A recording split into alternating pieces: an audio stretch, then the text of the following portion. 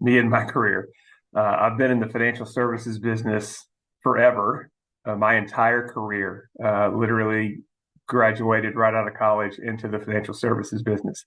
I've done a variety of different kinds of financial services, and I'll skip you the long story and just say that I settled on serving individuals and their families. A fair amount of my clients have a business or had a business. So I serve those clients kind of at the intersection of their business and their personal life. My company, Wealth Enhancement Group, we have a national footprint. We're a registered investment advisor. That's how we're structured. We're a fiduciary. What we deliver is called behavioral wealth management. It is, think of institutional independent investment management, comprehensive, thorough, customized boutique wealth planning, infused with psychology and behavioral science. So that's the short answer of what we do. We call it behavioral wealth management.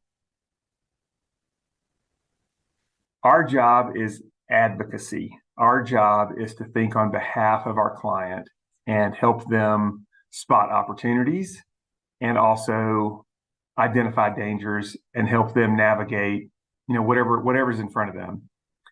We do not believe that there's any choice that doesn't have a benefit or a cost. So we try to take a very consultative approach.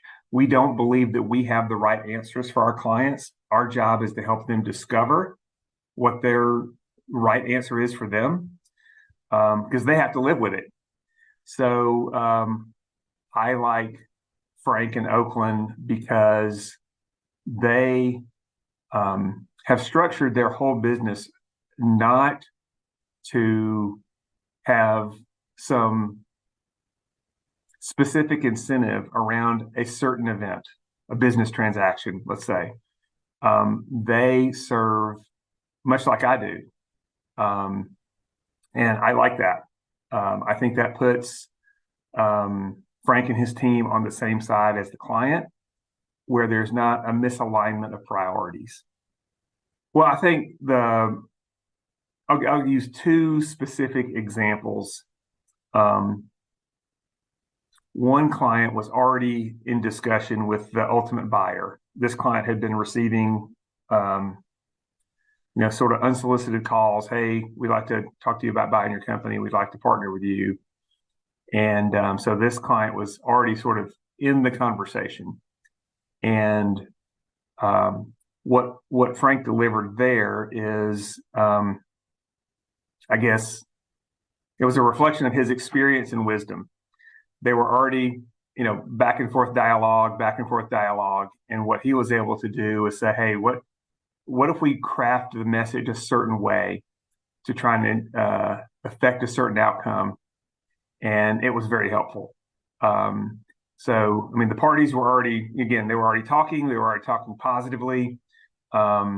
But he was able to deliver something that the client couldn't create on their own, which is, the experience of negotiation and the experience of being able to see the situation from multiple sides.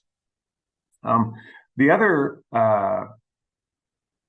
client situation, I think, is this client bought the company. They already bought the company. And they went to go raise money. And Frank has helped them raise money. And it was the same thing. It was, how do we tell the story of this company? We're not selling the company. We're trying to build the company and gain investors. So it's a totally different, side of the business.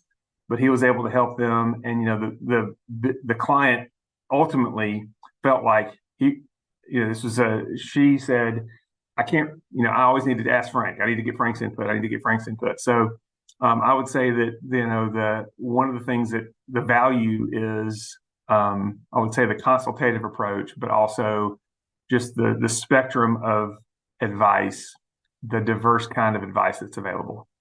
Until until there's competition in the way that Frank has decided to build the business. I mean, he's carved out a niche that is special.